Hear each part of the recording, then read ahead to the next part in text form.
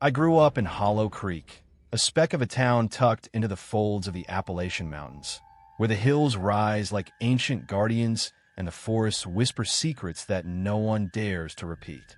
It's the kind of place where families have lived for generations, scratching out a living from the coal seams until the mines dried up and left behind ghosts of prosperity.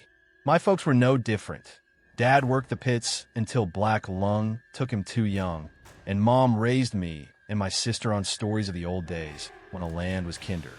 But even she warned us about the outskirts, those forgotten stretches where the trees crowd in thick and the ground swallows up the remnants of lives long gone.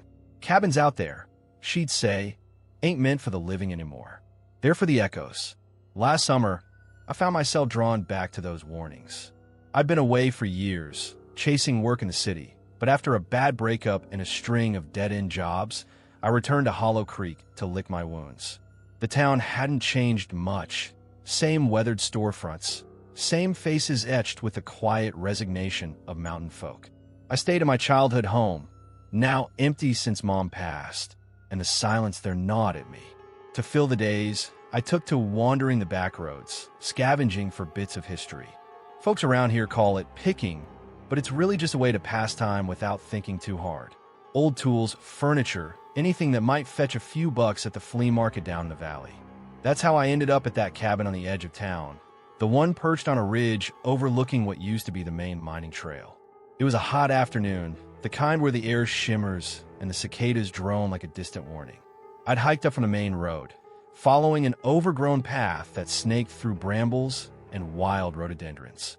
The cabin came into view slowly, almost reluctantly, as if the land was trying to hide it. It was a sagging thing, built from rough-hewn logs that had grayed with age, the roof dipping in the middle like it was tired of holding up. Vines crept up the sides, and the porch steps were rotted through in places. I knew the story behind it, or at least the whispers, belonged to the Hargrove family back in the 70s, before the husband, Silas, disappeared into the woods one hunting trip and never came out. His wife, Eliza, held on for a while, they said, but eventually she left too, or maybe she didn't. No one talked about it much. In Hollow Creek, some things are better left to rot. I approached carefully, testing the porch with my boot. It creaked under my weight, but held. The door was unlocked, hanging slightly ajar on rusted hinges, as if someone had just stepped out for a smoke. I pushed it open, and a wave of musty air hit me. Damp wood, old paper, and something sharper, like decay, just started to set in. Inside, the light filtered through grimy windows in thin shafts, illuminating dust motes that swirled like tiny spirits. The main room was sparse. A stone fireplace blackened from years of use, a few broken chairs, and shelves sagging under the weight of forgotten jars and knickknacks. I poked around, my flashlight beam cutting through the gloom. Nothing much of value downstairs. A rusted lantern, some cracked pottery. But the place felt off like the air was thicker here, pressing against my skin. I shook it off as imagination. These old cabins always carry a weight, echoes of lives interrupted. Upstairs called to me, though. A narrow staircase led to the loft, the steps groaning like they resented the intrusion. I climbed slowly, each footfall echoing in the empty space below. The wood was splintered, and I had to grip the banister tight to avoid a fall. Halfway up, a chill settled over me, unrelated to the draft seeping through the cracks. It was like stepping into a different season, the temperature dropping noticeably. At the top, the loft opened up, a low-ceilinged attic space cluttered with the detritus of abandonment. Stacks of yellowed newspapers from decades ago, moth-eaten clothes draped over trunks, and boxes piled haphazardly against the walls. The floorboards were uneven, dipping in places, and a single window was coated in grime, letting in only a murky glow. I started sifting through the piles, hoping for something salvageable. An old quilt, maybe, or tools hidden away. That's when I spotted the small wooden box, tucked under the eaves in a corner shadowed by the rafters. It was unassuming, carved with simple patterns, the kind of thing a miner might whittle in his downtime. I pulled it out, brushing off the dust, and felt a strange reluctance, like I was intruding on something private. But curiosity won out. I pried open the lid, and inside were letters, dozens of them, tied with faded ribbon. They were addressed to Eliza Hargrove, in a shaky hand that grew more erratic as the stack went on. The postmarks were from the late 60s and early 70s, sent from Silas during his trips, but these weren't love notes. They were confessions, pleas. I sat on the floor, the wood cold through my jeans, and started reading by the dim light. The first few were ordinary, updates on the hunt, complaints about the weather. But as I went deeper, the tone shifted. Silas wrote of shadows in the woods, shapes that followed him back to camp, always just out of sight. They move like men, but ain't, one letter said. Heard him calling my name last night, soft-like from the trees. His words painted a picture of creeping dread, the kind that builds in isolation. He described nights where the forest went silent, no birds or bugs, just the rustle of leaves and whispers that mimicked voices he knew. Eliza's name, his children's. He begged her to burn the letters, to forget him if he didn't return. The last one was unfinished, trailing off mid-sentence. They're closer now, in the cabin with. As I read, the air in the loft grew heavier, like a storm brewing indoors. The dust seemed to thicken, and a faint draft whispered through the cracks, carrying the scent of pine and earth. I told myself it was nothing, just the wind picking up outside. But then I heard it, a murmur, so soft at first I thought it was my own breathing. It came from the corner, behind a stack of crates, a low, breathy sound, like someone exhaling words. My name, not shouted, not clear, but unmistakable. Jack-Hack. It sighed, drawing out the syllable like a lover's call. My heart slammed in my chest, and I froze, straining to listen. It came again, closer this time, as if whatever made it had shifted in the shadows. Panic hit me like a cold wave. I dropped the box, letters scattering across the floor like fallen leaves. Scrambling to my feet, I backed toward the stairs, my flashlight beam jerking wildly. The loft felt smaller now, the ceiling pressing down, the air cloying.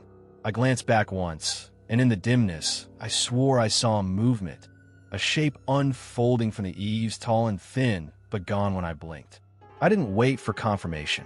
I bolted down the stairs, taking them two at a time, the wood protesting loudly. Bursting through the door, I ran down the path, branches whipping my face, until I reached my truck on the main road. My hands shook as I started the engine, and I didn't look back until the cabin was lost in the rear view. That night, back in my empty house, I tried to shake it off. Hollow Creek was full of tall tales, feral folks in the hills, spirits of miners lost in collapses. I chalked it up to heat stroke or imagination run wild. I showered, ate a cold dinner, and crawled into bed, the familiar creaks of the old house lulling me. But sleep didn't come easy. Around midnight, the wind picked up outside, rattling the windows. And then, in the quiet between gusts, it started again, a whisper soft and insistent from the corner of the room. My name drawn out like a sigh. I sat up, heart racing, staring into the darkness. Nothing there, of course, just shadows from the moonlight filtering through the curtains. The next morning, I laughed it off, blamed it on nerves. But the whispers didn't stop. They came in the quiet hours, when the town slept and the hills loomed silent. Sometimes from the attic, sometimes from the basement stairs. Always my name, always pulling me towards something unspoken. I started researching the Hargroves at the local library, flipping through old records. Silas vanished in 72, body never found. Eliza stayed on for a year. Then one day, she was gone too. No note, no forwarding address. Neighbors said they heard her talking to herself in the cabin, answering voices that weren't there. Weeks passed, and the dread settled in like fog in the valleys. I'd wake to the sound, closer each time, as if it was learning the layout of my home. I avoided the outskirts, stuck to the lit streets of town, but even there, in the diner or the general store, I'd catch a murmur in the hum of conversation, my name slipping through like a thread. Folks noticed I was jumpy, asked if I was all right. I didn't tell them about the cabin. In Hollow Creek, you don't stir up old ghosts. One evening, as autumn chilled the air and leaves blanketed the ground, I drove out to the ridge again. Not to enter, just to see. The cabin squatted there, unchanged, but the woods around it seemed denser, the trees leaning in like conspirators. I sat in my truck, engine idling, and listened. Nothing at first. Then, faint but clear, the whisper drifted on the breeze. "Jack-Ack, come back." It wasn't angry, it wasn't threatening. Just lonely, insistent, like a hand reaching out from the past. I haven't gone inside since. I've thought about burning the place, erasing whatever lingers there, but something stops me. Maybe it's fear, or maybe it's pity. For Silas, for Eliza, for whatever echo of them remains. The whispers follow me now, even in the city when I visit. In crowded rooms, they find the silences. In dreams, they lead me through the woods towards shadows that call my name. I've never uncovered what really happened to them, and part of me hopes I never will. Because in these hills, some secrets aren't meant to be dug up. They've burrowed deep, waiting for the next soul to listen. And once you hear them, they never let go. The dread lingers, a quiet companion in the night, reminding me that the mountains keep what they claim, and sometimes they whisper it back. It was a foggy autumn evening in Pine Ridge, one of those forgotten corners of the Appalachians where the mountains fold in on themselves like an old quilt, hiding valleys that time seems to have overlooked. I'd lost my job at the lumber mill a few weeks back, the kind of layoff that hits a small town hard, leaving folks like me with too much time and not enough purpose. The mill had been the heartbeat of Pine Ridge for generations, but now it was silent, just like the rest of this place. To clear my head, I took to hiking the backwoods trails, the ones that wind through dense thickets of laurel and hemlock, where the air hangs heavy with the scent of damp earth and decaying leaves. That day, the fog rolled in thick from the ridges, turning the world into a muted gray, and I wandered farther than usual, my boots crunching over fallen branches, my breath visible in the cooling air. Pine Ridge isn't much, a cluster of weathered houses along a single paved road, a general store that doubles as a post office, and churches older than anyone's memory. The people here are sturdy, shaped by the land, but they carry a quiet wariness, especially about the woods. Growing up, I'd heard the stories around campfires or in hushed tones at family gatherings. Families that vanished during hard winters, cabins left standing as if their owners might return any day. No one spoke of ghosts or monsters. It was always more grounded, more real, folks driven mad by isolation or accidents in the mines that dotted the hills long ago. But those tales stuck with me, burrowing deep like roots in rocky soil. That evening, as the sun dipped behind the peaks, casting long shadows through the mist, I stumbled upon one such relic, an old cabin tucked into a hollow, half swallowed by vines and underbrush. The structure emerged from the fog like a memory I didn't want to recall. It was small, single-story with a sagging tin roof rusted through in spots, where rainwater had carved paths down the walls. The porch was choked with ivy, boards warped and splintered, and the windows were boarded up with plywood that had warped over the years, leaving gaps like watchful eyes. It looked like it hadn't seen life since the Great Depression, back when these hills were dotted with sharecroppers and bootleggers scraping by. I paused at the edge of the clearing, my heart picking up a notch for no good reason. Curiosity, that old fool's errand, tugged at me. Maybe there'd be something inside worth salvaging, canned goods from a bygone era, or tools forgotten in the rush to leave. In a town like Pine Ridge, where money was tight, you didn't pass up a chance like that. I approached slowly, the fog muffling my footsteps, making the world feel smaller, more enclosed. The front door was locked, or at least stuck fast with age, but around back, I found the cellar entrance, a pair of slanted doors set into the ground, secured with a rusted chain that gave way with a tug. They creaked open on hinges that screamed protest, revealing stone steps descending into darkness. The smell hit me first, damp earth, mildew, and something metallic like old blood or rusted iron. I flicked on my flashlight, the beam cutting a narrow path through the gloom, and started down. Each step echoed faintly, the air growing cooler and thicker, pressing against my skin like a living thing. At the bottom, the cellar opened up, a low-ceilinged space with dirt floors packed hard from years of disuse. Cobwebs draped the rafters like funeral shrouds, and the walls were rough stone, glistening with moisture seeping from the hillside above. My light swept the room, catching glints off rusted chains hanging from hooks embedded in the walls. They dangled there, swaying slightly in a draft I couldn't feel, long enough to restrain something or someone. I swallowed hard, telling myself it was probably for storing equipment, maybe hanging meat back in the day. But the chains looked too heavy, too purposeful.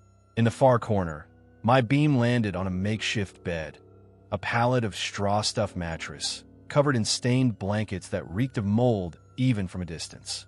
It wasn't the kind of bed for comfort. It was desperate, improvised. Scattered around it on the floor were faded photographs, yellowed and curled at the edges, as if they'd been handled too many times. I knelt down, careful not to touch the bed, and picked one up. It showed a family, mother, father, a couple of kids, posed stiffly in front of the cabin above. But their faces were scratched out, deliberate gouges from a knife or nail, obliterating eyes and mouths. All except one child, a boy no older than 10, whose face remained intact.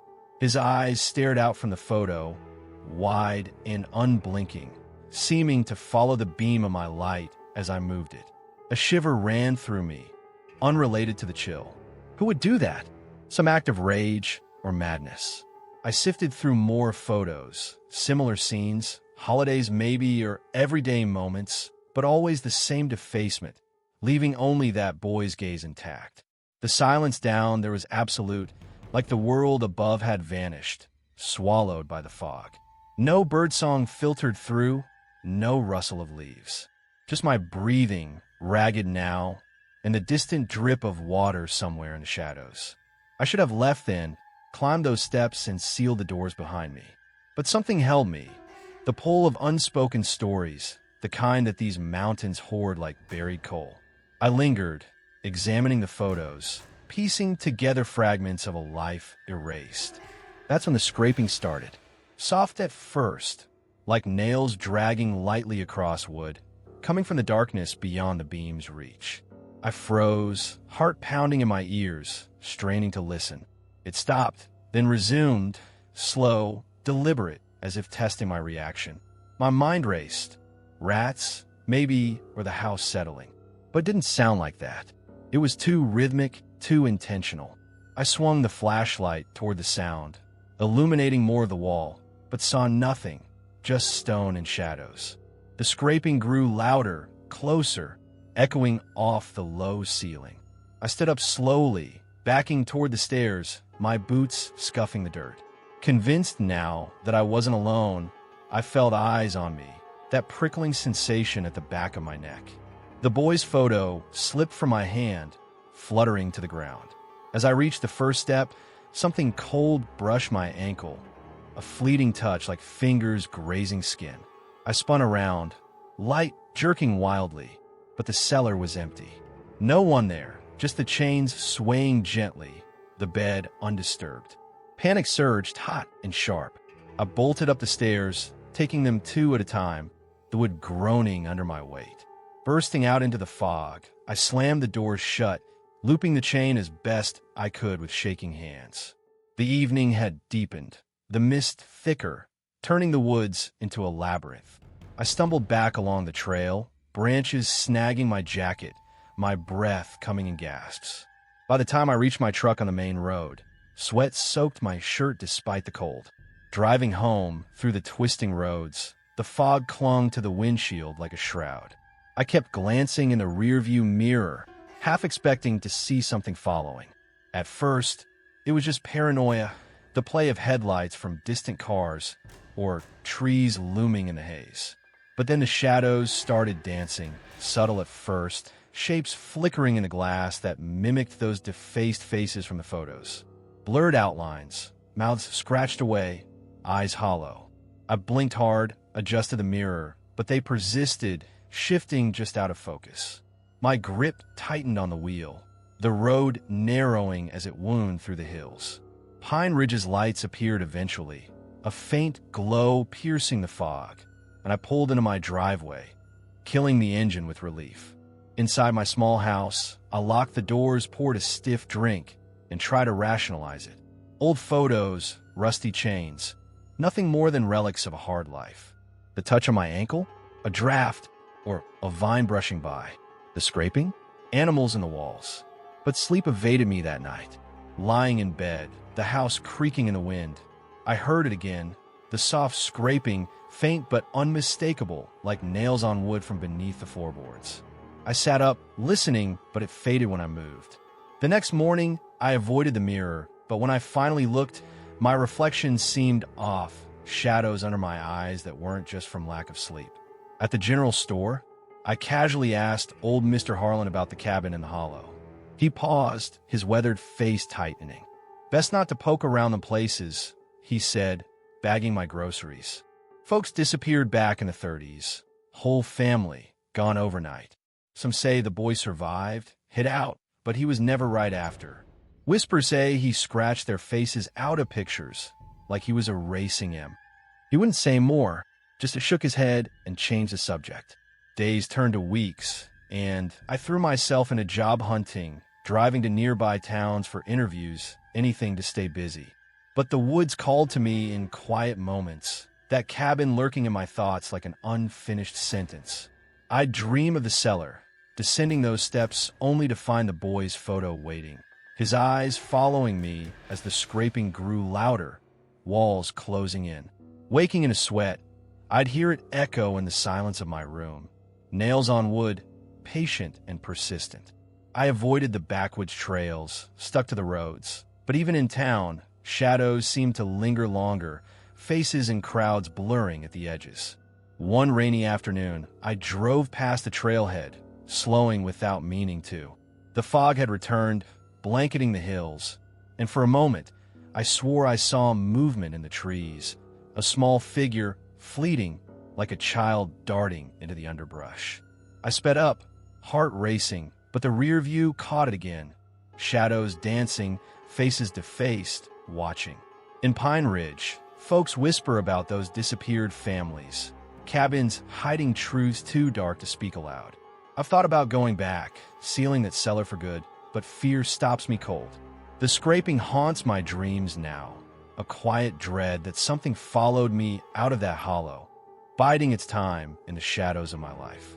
It's there in the silences, waiting, and I wonder if erasing the past only invites it closer, scratching at the edges until there's nothing left to hide. Elm Hollow sits deep in the Appalachians, a quiet town where the mountains cradle you like a reluctant embrace, and the forests stretch out endless, swallowing light and sound alike. It's the sort of place where folks keep to themselves, where family ties run as deep as the roots twisting through the rocky soil. I hadn't been back in years, not since I left for college and then a job in the flatlands. But when my Uncle Harlan passed unexpectedly last spring, everything changed. He was a solitary man, never married, spent his days tinkering with old engines and wandering the hills. His will left me his property, a modest house in town and a dilapidated cabin on the edge, perched where the paved road gives way to gravel and then to nothing but trees. He used to rent it out back in the day to hunters or folks passing through. But he told me on one of our rare phone calls that it was empty now, had been for years. "Ain't worth the hassle," he grumbled. I figured I'd sell it quick, use the money to pay off some debts. So one overcast afternoon, I drove out to assess the repairs. The sky heavy with the promise of rain, the air thick with the scent of pine and impending dusk. The drive from town took longer than I remembered, the road winding through dense woods where the canopy blocked out the fading light. Elm Hollow's about as isolated as they come, near a city 2 hours away and cell service spotty at best. As I pulled up to the cabin, gravel crunching under my tires, a chill settled in despite the mild weather. The place looked worse than I'd imagined. Logs weathered to a dull gray, the roof sagging like it carried the weight of too many winters, and windows filmed with grime. Vines crept up the sides, nature reclaiming what man had built. I killed the engine, and the silence rushed in, absolute, broken only by the distant call of a crow. Stepping out, I felt eyes on me, but chalked it up to paranoia. These old woods play tricks on a mind. The front door stuck at first, swollen from humidity, but gave way with a shove, hinges protesting with a low groan. Inside, the air was stale, heavy with dust and the faint rot of neglect. The front room was bare, save for cobwebs draping the corners like forgotten lace and wallpaper peeling in long strips, revealing plaster beneath. A stone fireplace dominated one wall, its hearth cold and ashless, as if no fire had warmed it in decades. I flicked on my flashlight. Power had been cut long ago, and swept the beam around. A few pieces of furniture remained. A rickety table, chairs with seats worn through. No signs of recent life, but something felt off, like the space was holding its breath. I wandered through, noting the sagging floors and water stains on the ceiling. Downstairs was straightforward, a kitchen with empty cabinets, a small bathroom with a rusted sink. I made mental notes: new roof, plumbing overhaul, maybe strip the walls. But as dusk deepened outside, painting the hills in shades of gray through the dirty windows, a restlessness crept in. The cabin seemed to shrink, the shadows lengthening unnaturally. Upstairs called to me, though I couldn't say why.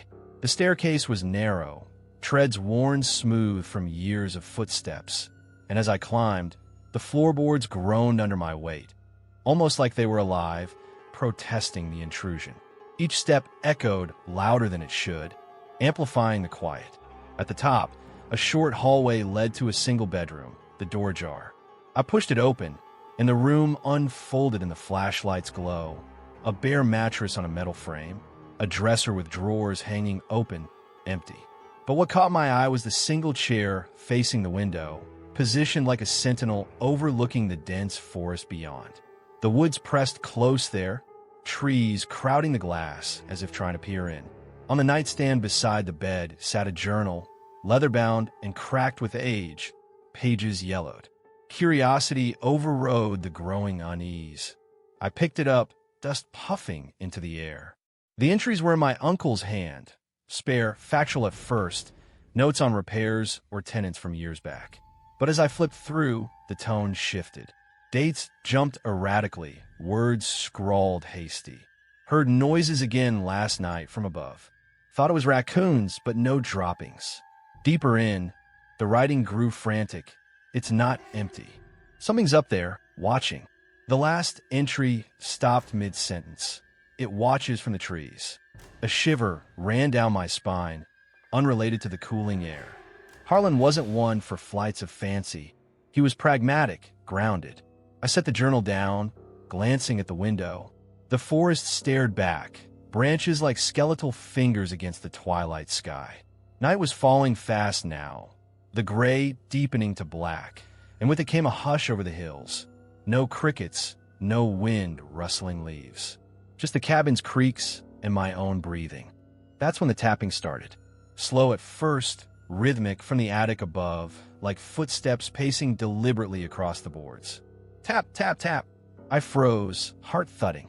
It wasn't the house settling. It was measured, purposeful, as if someone was up there, walking back and forth. The ceiling was low, a hatch visible in the hallway, secured with a latch. I told myself it was animals, squirrels, or birds nesting, but the sound was too heavy, too human. The tapping paused, then resumed, closer now, directly overhead. Adrenaline surged. I grabbed the ladder from the corner. Harlan must have left it and propped it against the hatch. My hands shook as I climbed, flashlight clenched in my teeth, the beam jittering. The latch was stiff but gave way, and I pushed the hatch open, hauling myself into the attic space. The air up there was thicker, laced with the scent of old wood and something sweeter, like faded lavender or decay. My light revealed a cramped area under the eaves, cluttered with the remnants of lives. Boxes of clothes too small for an adult. Children's sizes, faded overalls and dresses from decades past. Toys scattered about. A wooden top, a rag doll with button eyes staring blankly, a set of blocks chipped and worn. The walls were scratched with tally marks, hundreds of them, grouped in fives, counting endless days or nights. They covered every surface, some fresh-looking, Others faded into the wood. My mind reeled. Who had been up here? A child hidden away? The tapping grew louder, echoing from the far corner, where shadows pooled deepest. I swung the light, but saw nothing, just more clutter, a small window cracked open, letting in the night chill. The sound intensified, footsteps now, circling me, but the space was empty. Panic clawed at my chest. I wasn't alone, yet I was. Backing toward the hatch, the tapping closed in, vibrating through the floorboards. My foot caught on a loose plank, and I tripped, twisting my ankle as I fell hard.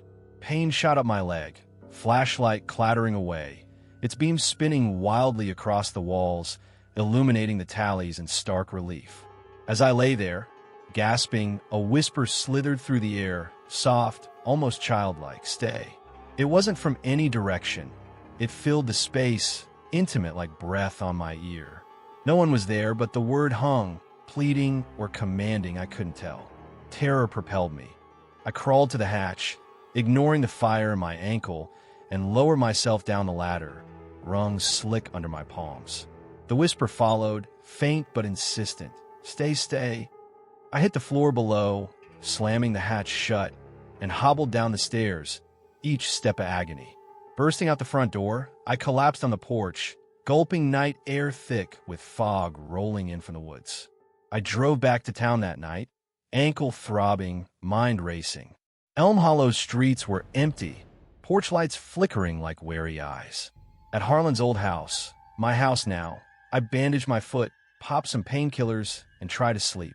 But the tapping returned in the quiet hours, faint at first, from the attic above my bedroom. I lay still, listening, convincing myself it was the wind or pipes. Morning brought rationalizations. Imagination fueled by the journal, the injury a clumsy accident. I called a realtor about selling the cabin, avoided mentioning the attic. Folks in town nodded knowingly when I limped into the diner. "Harlan's place?" Old Mrs. Greer said, pouring coffee. He always said it had a tenant that wouldn't leave. She wouldn't elaborate, just shook her head. Rumors whispered of a child from the 50s, hidden during some family scandal, forgotten or worse. No records, just stories passed in hushed tones. Weeks blurred, my ankle healing slow. I stayed busy with paperwork, but the cabin's pull was relentless, a nagging itch. Dreams came, climbing that ladder, tallies multiplying, the whisper evolving into "Please stay with me."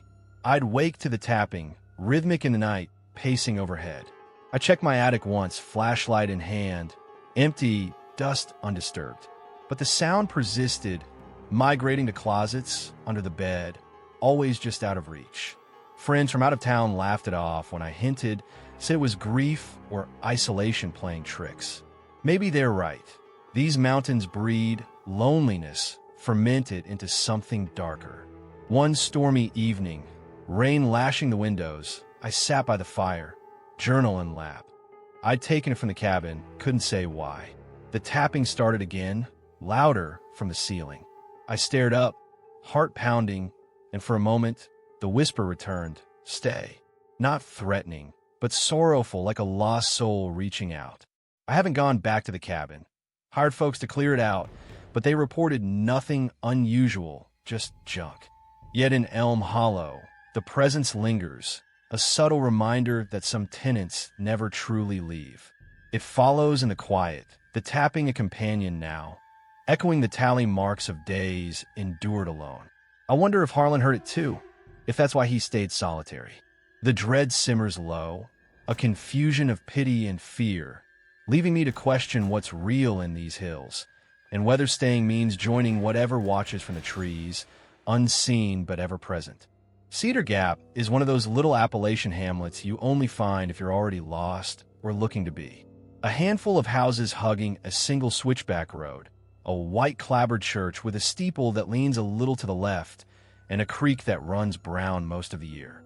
Folks there still wave when a car passes, but they watch it disappear around the bend before they go back inside. I know, because last October I was the stranger in the unfamiliar truck, running from a woman who decided she didn't love me anymore in a city that suddenly felt too loud. I told myself I was taking a solo road trip to clear my head, but really I was just driving until the hurt got tired of following me. That's how I ended up on the old fire road above Cedar Gap, tires humming on gravel, mountains closing in on every side like they wanted to keep me. The light was fading fast, the kind of bruised purple dusk that makes the ridges look taller and the hollers deeper. I rounded a bend, and there it was, an abandoned cabin set back from the road, half hidden by laurel thickets. The chimney had crumbled years ago, stones scattered like broken teeth, and the roof sagged so low in the middle it looked like the house was bowing to something I couldn't see. I don't know why I stopped. Maybe I needed to stand still for a minute. Maybe the silence looked inviting after weeks of motel noise and my own thoughts. I killed the engine and got out. The air smelled of wet leaves and cold stone. No birds, no wind, just that heavy mountain quiet that presses against your eardrums. Behind the cabin, almost swallowed by weeds and ivy, stood an old hand-dug well. The stones were moss-covered, the wooden cover long rotted away, leaving only a dark circle ringed by a low wall. Someone had carved initials into the rim decades ago. J plus M, or plus L, names worn smooth by rain and fingers. I leaned over, the way you do when you're a kid, daring yourself to look longer than you should. The darkness down, there was absolute, the kind that doesn't reflect light back. I picked up a pebble and dropped it. 1 second, 2, 3, no splash. Just a hollow, dry clack that rolled on far too long, like the shaft went straight through the mountain. A strange feeling crawled up my spine, the way you feel when a room goes suddenly quiet and you realize everyone is staring at you. I stepped back, laughing at myself under my breath, but the laugh sounded thin. The cabin door hung open on one hinge. Inside smelled of mildew and old smoke. The front room was empty except for mouse droppings and a calendar on the wall, still turned to August 1957. I shouldn't have gone farther, but the quiet outside had followed me in, and it felt safer to keep moving. In the kitchen, a trapdoor was set into the floorboards, iron ring black with age. I lifted it without thinking, the way you test a loose tooth with your tongue. Cool, damp air breathed up, carrying the scent of turned earth and something metallic. Stone steps disappeared downward. My phone had no service, but the flashlight cut a clean white tunnel into the dark. I told myself I was only going to look, maybe find some old mason jars to sell, anything to justify being here. The root cellar was larger than I expected, walls lined with warped shelves that sagged under the weight of dusty canning jars. Peaches, green beans, tomatoes, labels handwritten in faded ink, dates from the summer of '57. Some jars had gone bad decades ago. Contents turned black and viscous. I moved deeper, boots scuffing on packed dirt. In the far corner, a coil of hemp rope lay in a heap, thick enough to lower a man, hold one. Next to it, tacked to a support beam with a rusted nail, was a hand-drawn map of Cedar Gap and the surrounding ridges. Homes were marked with tiny squares, and over half of them had been crossed out with heavy X's in red pencil. My own cabin wasn't on the map, but the well behind it was, circled twice, hard enough to tear the paper. That's when the dripping started. Slow, deliberate. Plink, plink, plink. I looked up. The ceiling was dry plank and dirt. No water, no leak. The sound was coming from directly above me, inside the cabin. I froze, waiting for it to stop. It didn't. Instead, the rhythm changed, almost like someone tapping out a pattern. My pulse thudded in my ears. I swung the light around, half expecting to see a person standing in the shadows. I'd already checked. Nothing. Just shelves and jars, and that patient dripping that didn't belong. Then came the voices. At first I thought it was wind moving through cracks, but the air was still. Low murmurs, overlapping, too soft to make out words. They seemed to rise from the floor itself, from the ground beneath my feet. I took a step back, and the volume rose just enough to catch fragments. Still dry. Thirst never. Down here. My skin prickled. The dripping stopped, replaced by a single clear sentence spoken in a child's voice, calm and terrible. Don't leave us thirsty. I don't remember deciding to run. One moment I was staring at the map. The next I was scrambling up the ladder, boots slipping on slick stone. Halfway up, something caught the back of my shirt. A a sharp tug like fingers hooked in the fabric, pulling me downward. I yelped, flailed, and the cloth ripped. I lunged the last few rungs, slammed the trapdoor shut, and shoved the kitchen table over it for good measure. My hand shook so badly I could barely get the front door open. Outside, full night had fallen. The temperature had dropped hard. My breath plumed in the flashlight beam. I stumbled to the truck, threw myself inside, and locked the doors like that would help. The drive down a mountain is mostly a blur of high beams and hairpin turns. Every few seconds I glance in the rear view, half convinced I'd see pale faces pressed against the back window. Nothing ever appeared, but the silence in the cab felt crowded. When I reached the main road and saw the first porch light of Cedar Gap, I almost cried from relief. I found a room at the only motel in town, a cinderblock place with flickering neon. The clerk, an older woman with kind but wary eyes, took one look at me and asked if I'd been up near the old Kincaid place. I guess my face answered for me.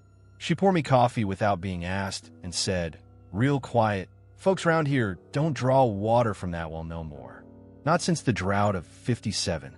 Creek went dry, springs failed, and people got desperate. Some say they lowered the ones who wouldn't share down there instead of buckets." She wouldn't say more, just handed me the key and told me to keep my windows closed at night. I thought distance would fix it. I left Cedar Gap the next morning and drove until the mountains were behind me. But the echoes followed. Not every night, just when everything gets too quiet. A soft dripping from the bathroom when no faucet is running. Murmurs under the floorboards of apartments I've rented since. And sometimes, when I'm alone and the air is still, that same child's voice, patient as stone, still thirsty. I looked up the drought later. Summer of 1957 was the worst in a century. Wells failed all over the county.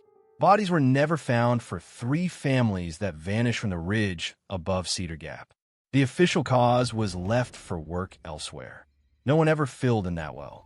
It's still there, open and waiting, ringed by ivy and carved initials worn smooth by decades of rain. I haven't gone back. I don't need to. Some nights I wake with my shirt twisted tight at the back, as if small hands are still trying to keep me from leaving. And in the silence that follows, I swear I can hear it. Far below the world, something that never got its drink, waiting for the next person foolish enough to lean too close and listen. I came to Willow Bend because I wanted to disappear for a while. After the divorce papers were signed and the house we'd shared for 12 years sold to strangers, the city felt like a place that had already forgotten me. Willow Bend is barely a town at all, just a bend in the creek where a handful of families have clung to the mountainside since before the Civil War. No stoplight, no cell service half the time, and the nearest grocery an hour down a road that hairpins so tight you can see your own taillights behind you. I found a listing online. 5 acres and a 2-room log cabin built in 1918, cheap because it had sat empty since the last owner died with no heirs. The realtor called it a handyman's dream. I called it a place to breathe. The first time I drove up the gravel track, late March fog clung to the hollers like wet cotton. Rhododendrons crowded the drive, their leaves slapping the truck like they were trying to warn me off. The cabin appeared suddenly, small and square, set back in a clearing where the forest pressed in from every side. Tin roof rusted the color of dried blood. Stone chimney leaning just enough to make you uneasy. I sat in the idling truck for a long minute, listening to the tick of the cooling engine and the hush that followed. No birds. That should have been the first sign. Inside smelled of cold ash and mouse nests. Sunlight slanted through grimy windows in dusty bars, revealing floors thick with decades of silt. I walked the room slowly, boots leaving clear prints in the gray. Living room with a massive riverstone fireplace. Kitchen barely big enough for a table. Narrow staircase hugging the wall. Upstairs, 1 bedroom and a second door that refused to open, warped shut or locked, I couldn't tell. I made a mental list. Pry bar, shop vac, bleach, new locks. I told myself the work would keep the loneliness at bay. I came back the next weekend with a trunk full of tools and cleaning supplies. The silence felt heavier this time, like the cabin had been waiting. I started with the floors, sweeping decades of dust into piles that billowed up and coated my throat. That's when I saw them. Small bare footprints crossing the living room, perfectly formed, heading straight to the fireplace and stopping at the hearth. Child-sized, narrow heel, high arch, toes splayed the way kids do when they've never worn shoes. My own boot prints were deep and clumsy beside them. I stared a long time, telling myself it was an old stain, a trick of light.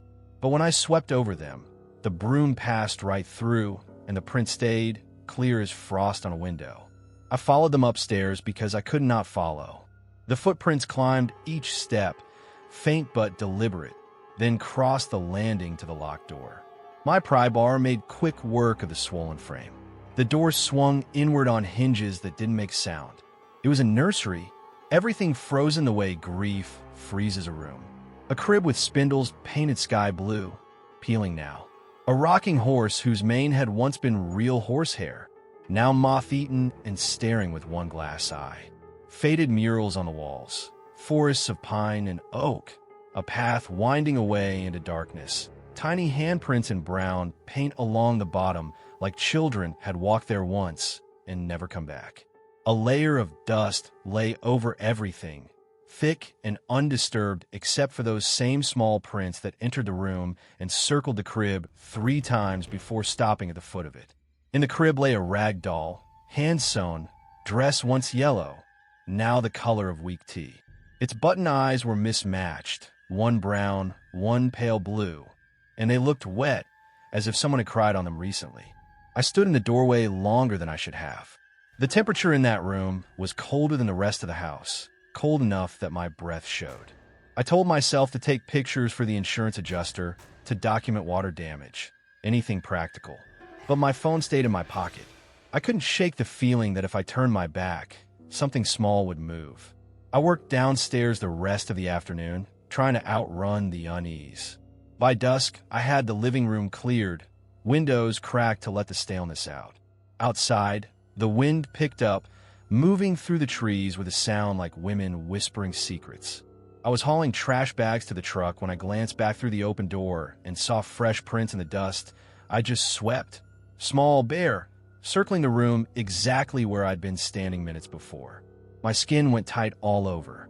I shut the door fast and leaned against it, heart hammering so loud I was sure whatever made those prints could hear it too. I meant to leave then, drive down the mountain and never come back. But night falls quick in the hollers, and by the time I got my nerves together, it was full dark. I told myself I'd sleep in the truck, engine running, heater on. Instead, I found myself back inside, flashlight in one hand, pry bar in the other, because running felt like admitting something was chasing me. I built a fire in the hearth, mostly to have light, and sat on the floor with my back to the wall, watching the staircase. The wind died around midnight. In that sudden stillness, I heard it. Soft laughter, high and thin, drifting down the chimney like smoke in reverse. Not playful. Hollow, the way a recording sounds after the tape has stretched. It went on for maybe 10 seconds, then stopped as abruptly as it started. The fire popped, sending sparks up into the dark. When I shone the light at the hearth, fresh prints led from the fireplace into the room and up the stairs, edges still sharp, dust barely disturbed. I don't remember deciding to climb. My legs just carried me. The nursery door stood open. Moonlight spilled through the single window, silver on the rocking horse, silver on the crib. The doll was sitting upright now, legs dangling over the side like a child waiting for someone to lift it down. Its head had turned. Those mismatched eyes looked straight at me. I felt the air leave my lungs all at once. The footprints were everywhere, circling the crib, crossing to the window, leading to the closet I hadn't noticed before, its door cracked open just enough to show darkness inside. The laughter came again, closer from inside the walls or inside my own head. I couldn't tell. I backed out of the room, stumbled down the stairs so fast I nearly fell. Grabbed my keys, my coat, didn't bother closing the front door. As I ran for the truck, I looked back once. A small silhouette stood at the nursery window, pale oval of a face pressed to the glass. One hand raised in what might have been a wave. I sold the place sight unseen 3 weeks later. The buyer was some developer from Knoxville who planned to turn it into an Airbnb. Laughed when I warned him about the nursery. Said kids love that kind of thing. I took what he offered and moved 2 states away to a third-floor apartment where the only dust is what I bring in on my shoes. But dust remembers.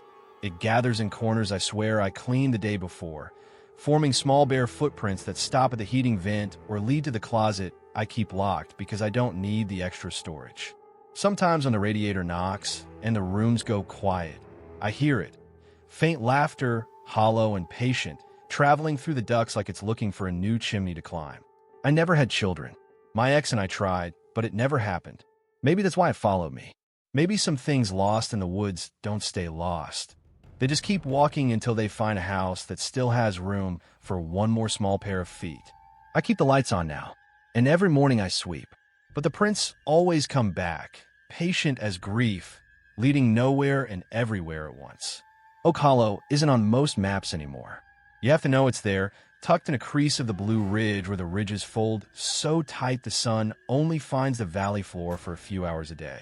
I've been coming to these mountains for years with my camera, chasing the kind of light that makes strangers on the internet say this can't be real. Early October, the leaves are just starting to burn, and the mornings carried that crisp bite that makes you feel alive. I left the truck at an old logging landing and followed a deer trail that wasn't supposed to be there anymore. That's how I found the cabin. It sat in a clearing no bigger than a house lot, ringed by hemlocks so tall they blotted out the sky. The logs had gone silver with age, roof shingles curled like dead leaves, and every window was dark.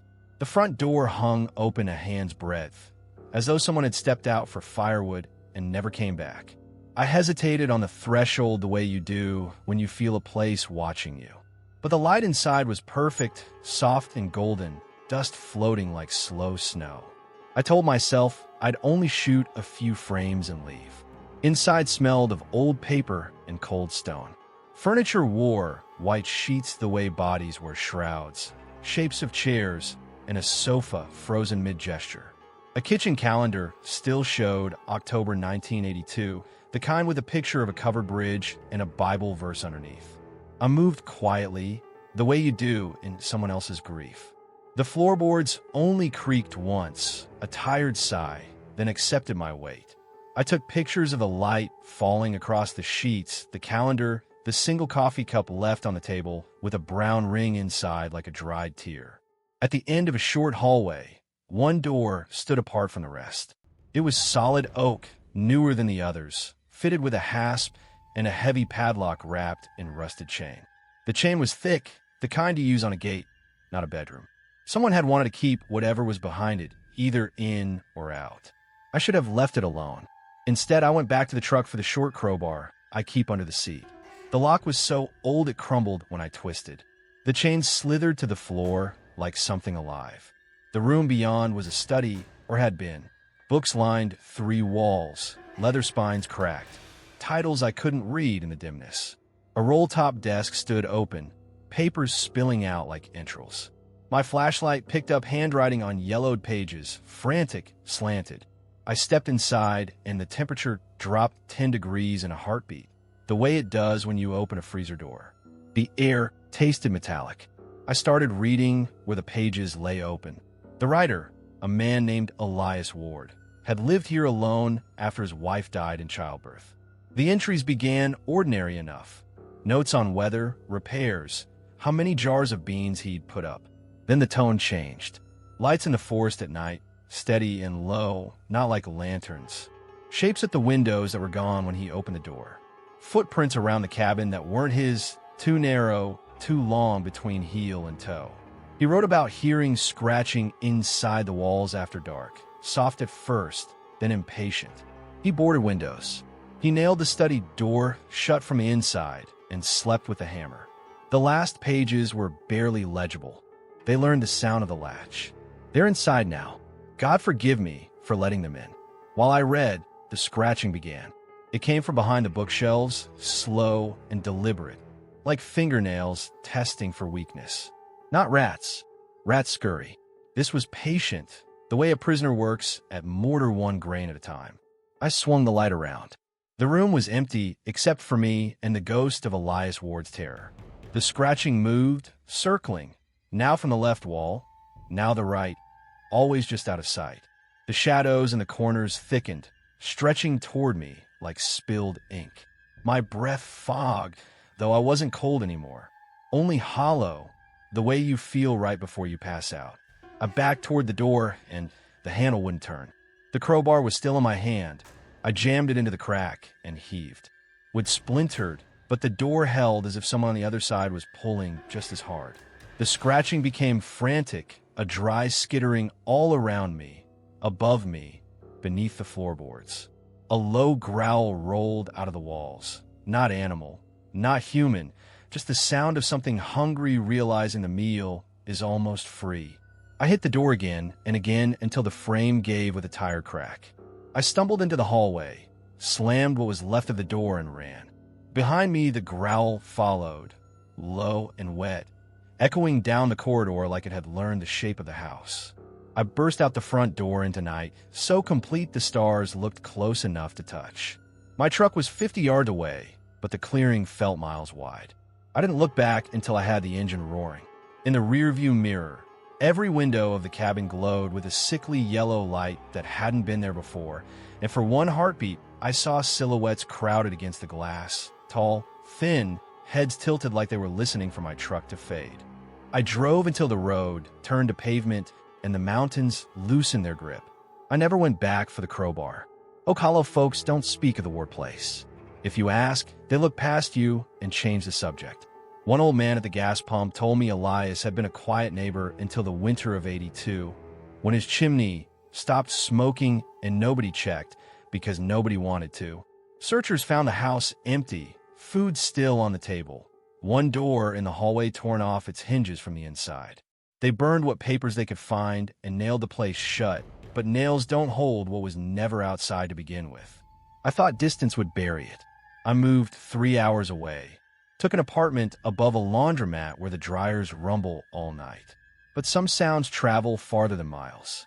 In the quiet between cycles, I hear it, scratching behind the drywall, patient, circling. Sometimes the light under my bedroom door glows that same sick yellow for a second before I blink it away. I keep a crowbar by the bed now. I don't sleep much. Last week, I woke to find faint claw marks on the inside of my apartment door, for parallel lines, fresh but showing pale beneath the paint. They weren't there when I went to bed. I don't know how long I have before whatever Elias let in finishes following the sound of my heartbeat home. All I know is some doors, once you open them, never really close again. And something on the other side has learned my name. Birch Creek sits in one of those narrow valleys where the mountains lean so close together the sun has to fight its way in every morning and gives up early every night. I've been coming to these hills since I was a boy, but after my mother passed the summer before last, I started hiking alone, needing the quiet more than the company.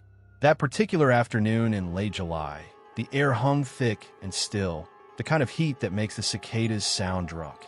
Thunder grumbled far off, and the sky had that bruised look that promises rain long before it arrives. I was following an old logging trace above the creek when the cabin appeared through the laurel, half swallowed by vines, windows broken out like empty eye sockets. I'd never seen it before, and I thought I knew every ruin in these parts. The roof sagged, shingles curled and black with moss, and the front door hung open on one leather hinge. A sudden sheet of rain swept in, hard and warm, the way mountain storms hit without warning. I ran for the shelter without thinking twice. The floorboards inside sighed under my boots like they'd been holding their breath for decades. Water dripped through the roof in steady plinks, and the smell was wet plaster, mouse nests, and something faintly floral gone sour. The first thing I noticed were the mirrors. They were everywhere.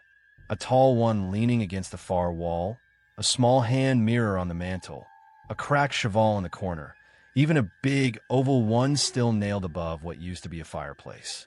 Every single one shattered in long spider webs, but the pieces hadn't fallen out.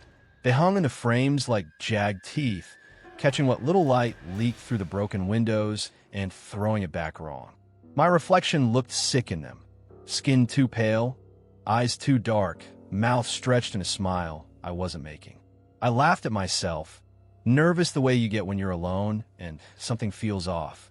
Told myself it was just the storm playing tricks. I stepped deeper, boots crunching on broken glass and mouse-chewed paper.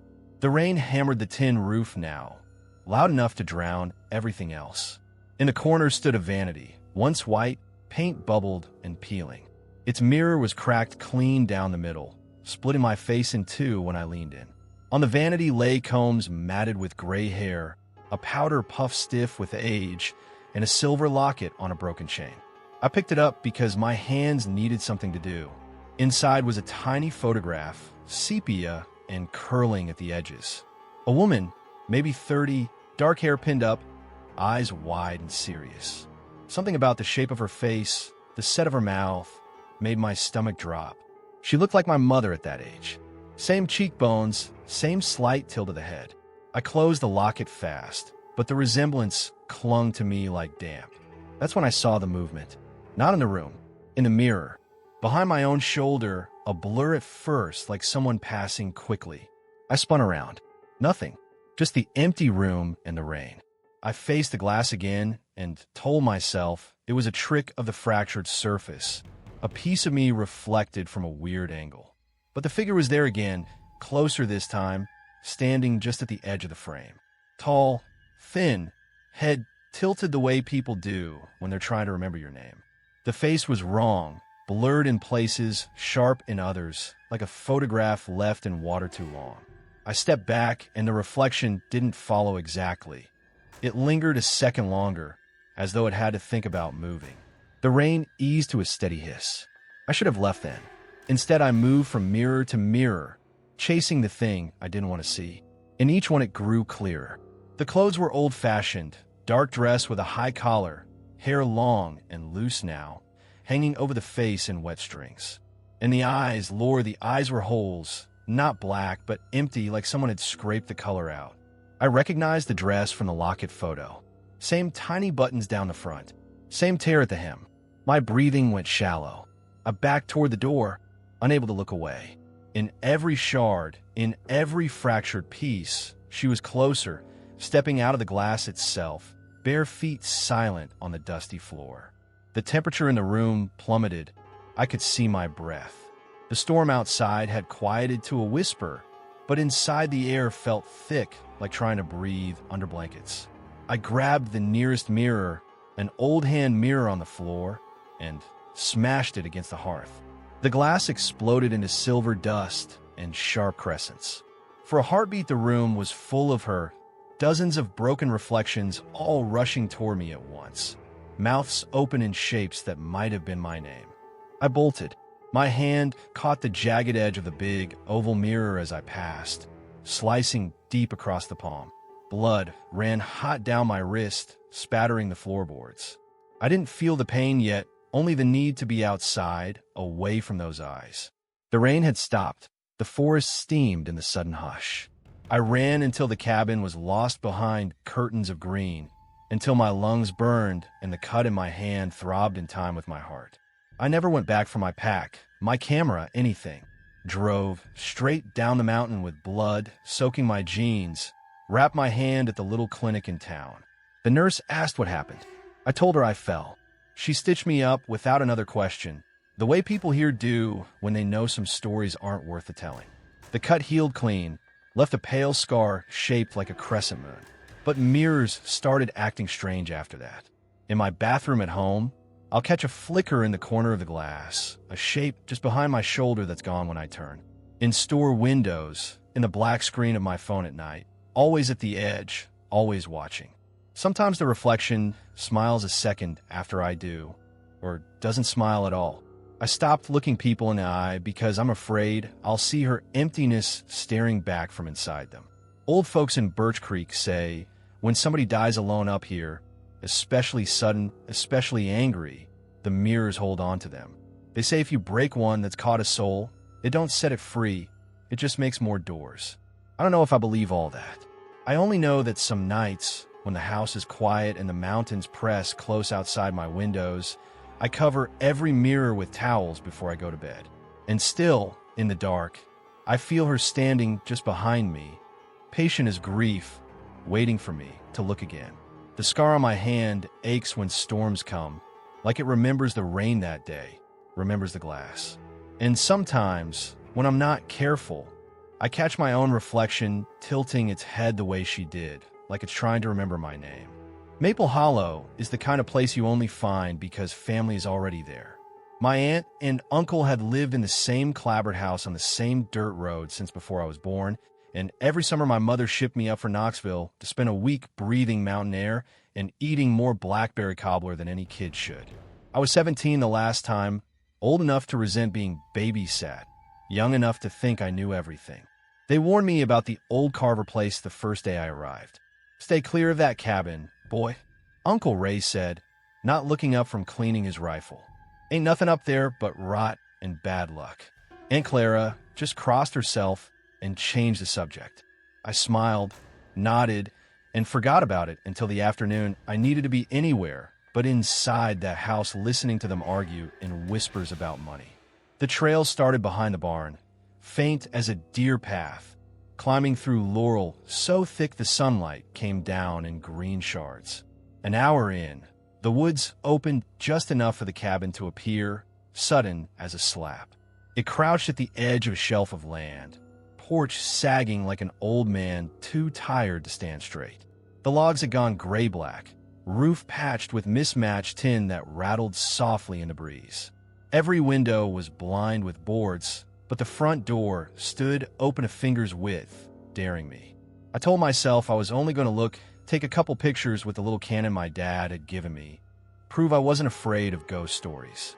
Inside smelled like wet stone and something electric, the way the air feels right before lightning. The front room was stripped bare except for a single rocking chair facing the cold fireplace, and a calendar on the wall, still turned to June 1938. Dust lay so thick my sneakers left perfect prints. Under it all was a low vibration, more felt than heard, a humming that came up through the soles of my feet and settled behind my eyes. I thought it was a generator at first, or maybe a well pump nobody had shut off in 80 years. The sound wasn't loud, just constant, patient like a beehive behind the walls. A doorway in the back corner led to a kitchen no bigger than a closet, and set into the floor was a trapdoor I almost missed. The humming grew stronger when I knelt beside it, strong enough that the brass ring in the wood trembled. I should have left then. Instead, I told myself I'd only lifted an inch, just enough to see. The hinges screamed like they hadn't moved since Roosevelt was president. Cool air breathed up, carrying that same electric smell and something older, mineral like cave water. Narrow wooden stairs disappeared into darkness. I took the flashlight from my back pocket, the cheap one with half-dead batteries, and went down because backing out felt like admitting I was still a kid scared of the dark. The basement was bigger than the cabin had any right to have, stretching back onto the hillside. Workbenches lined the walls, cluttered with rusted drills, coils of copper wire, glass tubes cloudy with age. Blueprints and schematics were pinned everywhere, drawn in a neat draftsman's hand that got shakier as the pages went on. Machines I couldn't name sat half-assembled, gears frozen mid-turn, vacuum tubes cracked and dark. In the far corner, a tarp covered something large and shapeless. The humming came from there, steady and deep, the way a big diesel engine idles when it's warming up. My flashlight beam shook across the room and settled on a leather-bound notebook lying open on a bench. The last entry was dated August 14th, 1938. Elias Carver had been trying to listen to the mountain. Not metaphorically, literally. He believed the ridges were alive, that quartz veins and iron deposits carried a kind of current, a voice older than people. His diagrams showed coils wrapped around drill casings, microphones lowered into boreholes, amplifiers built from old radio parts. At first the notes were excited, faint pulses, rhythmic, almost like breathing. Then came the warnings. The pulses answer back. They learned. They repeated his name on nights when the equipment was turned off. The final pages weren't words anymore, just looping scrawl that looked like sound waves, and one sentence scratched so deep the pen tore the paper. IT knows we're listening. I was still reading when the humming changed pitch, dropped lower, became a thrum I felt in my teeth and bones. The tarp in the corner shifted though there was no breeze. I crossed the room slow, every step deliberate, the way you walk toward a dog you're not sure is friendly. When I pulled the tarp back, the flashlight showed a shaft sunk straight into the bedrock, maybe 4 feet across, lined with bricks gone black with damp. A steel grate had once covered it. Now the grate lay bent to one side like something big had pushed up from below. The humming poured out of that hole in waves, warm air rising against my face, carrying dust and the smell of turned earth and something coppery, like blood left in a cup. I made myself lean over the edge. The light died 10 feet down, swallowed by darkness that looked thick. The walls were scratched, not random, deliberate grooves, hundreds of them, spiraling downward. And the sound, God, the sound wasn't mechanical anymore. It had layers now, a low chord with voices folded inside it. Too soft to make out words, but close enough to feel intimate. One of the voices shaped my name, not loud, just certain, the way your mother calls you home from the yard when she knows exactly where you are. I dropped the flashlight. It spun down the shaft, beams strobing across the scratch walls, and the light never hit bottom. The humming surged, angry, and the floor under my feet trembled like something enormous had shifted its weight below the house. I stumbled backward, tripped over a coil of wire, and the notebook pages scattered like startled birds. When I scrambled up the stairs, the whole cabin groaned. A long, slow exhale, as though the mountain itself had been holding its breath for decades, and finally let go. I burst out the front door into late afternoon light that felt too bright, too normal. Behind me, the humming faded into the ground, but I could still feel it in my chest, matching my heartbeat. I ran the trail all the way to my aunt and uncle's, briars tearing my arms, lungs on fire. They took one look at me and knew. Uncle Ray just said, "You went to Carver's, didn't you?" And Aunt Clara started praying under her breath. They never asked what I saw. Some questions don't need answers. That was 23 years ago. I left Maple Hollow the next morning and never spent another night under their roof. I've lived in cities ever since, places loud enough to drown things out. But quiet always finds me. In subway tunnels when the train pulls away, in the hum of fluorescent lights at 3 a.m., in the silence after I turn off the TV. Sometimes it's just a vibration behind my eyes. Sometimes it shapes itself into that same low chord, patient, waiting. And every few years I wake with the taste of copper in my mouth and the absolute certainty that something miles beneath the ridge has learned the sound my heart makes when it's afraid. Last month, I drove past the turnoff from Maple Hollow on my way to somewhere else. I didn't stop. I didn't slow down. But in the rearview mirror, I saw dust rising from the old logging road, a thin column twisting upward like smoke, or like something testing the air to see if I was coming home. The humming is louder now, even with the windows up and the radio blasting. It knows my name the way the mountain knows water, slow, constant, impossible to outrun. Some voices, once you let them hear you, never forget how to call you back. Ashford isn't even a town anymore, just a handful of houses and a shuttered general store clinging to the side of a ridge like they're afraid to let go. You reach it by a one-lane road that the county quit paving 20 years ago, and once you're there, the mountains close behind you the way a fist closes around a coin. I found a cabin on one of those rental apps that promise complete seclusion. The listing photos showed a tidy little place with a stone chimney and a porch swing. No mention that the nearest neighbor was 3 hollows away or that the cell signal died the moment you turned off the county road. I booked it for 4 nights because my girlfriend had just left, my job was hanging by a thread, and I wanted to be somewhere nobody could find me. I arrived at dusk, the kind of bruised purple dusk that makes the trees look black even when the leaves are still green. The key was under the mat like the owner said, and the moment I stepped inside, I felt the stillness hit me, thick, watchful, the way a church feels when you're the only one there. The cabin smelled of pine cleaner and something older underneath, like wet newspapers left too long in a trunk. It was clean enough, simple furniture, quilt on the bed, but the quiet was wrong. Not peaceful, held. I told myself I was tired from the drive, poured a drink, and went to bed early. Next morning, I started small projects to keep my hands busy, patching a loose baseboard, pulling up the ugly carpet in the bedroom to see if the pine floor underneath was salvageable. That's when I found the first letter. The baseboard came away easier than it should have, and behind it the wall was packed tight with envelopes, yellowed, soft with age, hundreds of them wedged between the studs like insulation. They were all the same size, all sealed, all addressed in the same careful handwriting to whoever finds this. No return address, no stamps. I should have left them alone. Instead, I sat on the floor and slit one open with my pocket knife. Help me. They won't let me leave. I tried the doors, the windows, the chimney. They board everything back up before morning. Tell someone I'm still here. The paper was dated 1974. My skin prickled, but I told myself it was some kind of prank, maybe a teenager's art project. I opened another. Same handwriting, later date. They come at night now.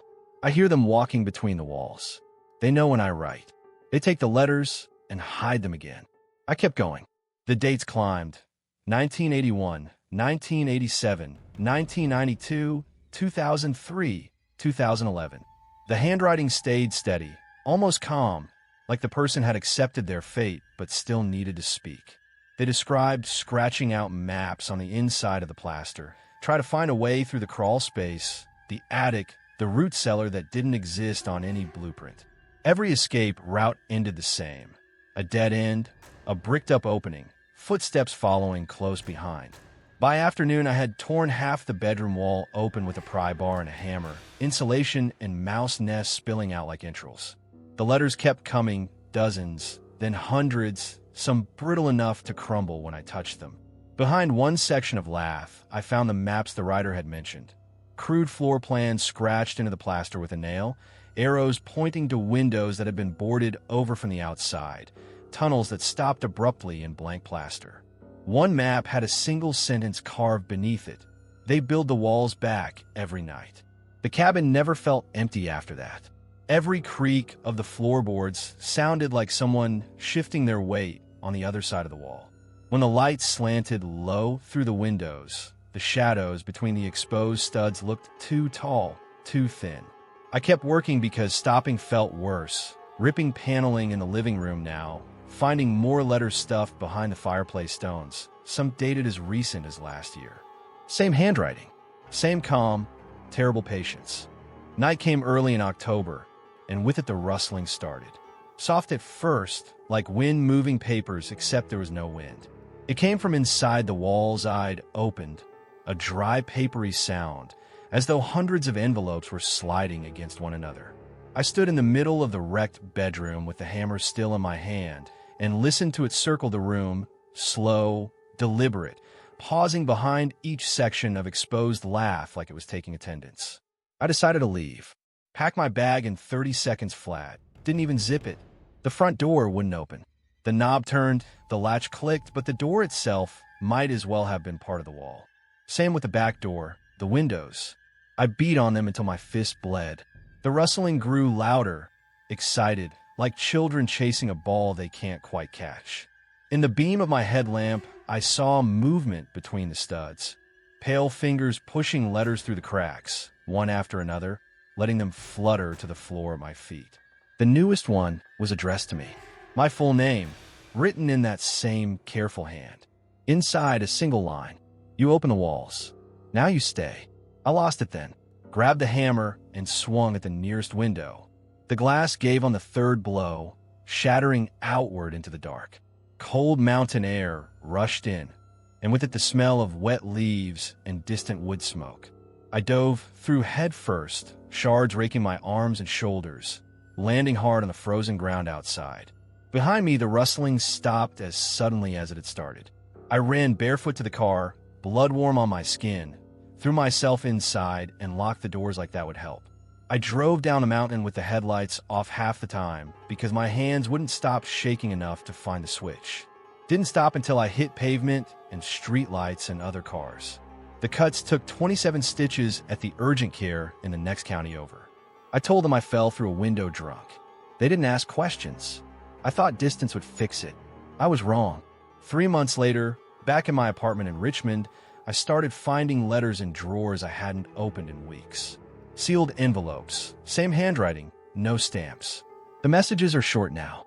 We miss you. The walls are quiet without you. Come finish what you started. Sometimes at night, The baseboards creak in sequence, like someone pacing a room that isn't there. I've torn up carpet, pulled switch plates, checked every inch of drywall. Nothing. No envelopes, no scratches, no proof. Just the sound of papers shifting when the heat kicks on, and every once in a while a soft rustle behind the walls that stops the moment I put my ear to them. Last week a new letter appeared on my kitchen counter while I was in the shower. Inside, a single sheet and a Polaroid. The bedroom in the Ashford cabin, walls torn open exactly the way I left them, dust still in the air. In the foreground, fresh handwriting on raw plaster. Your spot is ready. I don't sleep much anymore. I keep the hammer by the bed and the lights on low. Because some nights, when the apartment is finally still, I hear it, faint, patient, the sound of hundreds of letters sliding against one another inside walls that aren't thick enough to hold them. And I know one morning I'll wake up to find the doors sealed from the outside, the windows painted over, my name already written on an envelope waiting to be hidden for the next person who thinks they need somewhere quiet to disappear.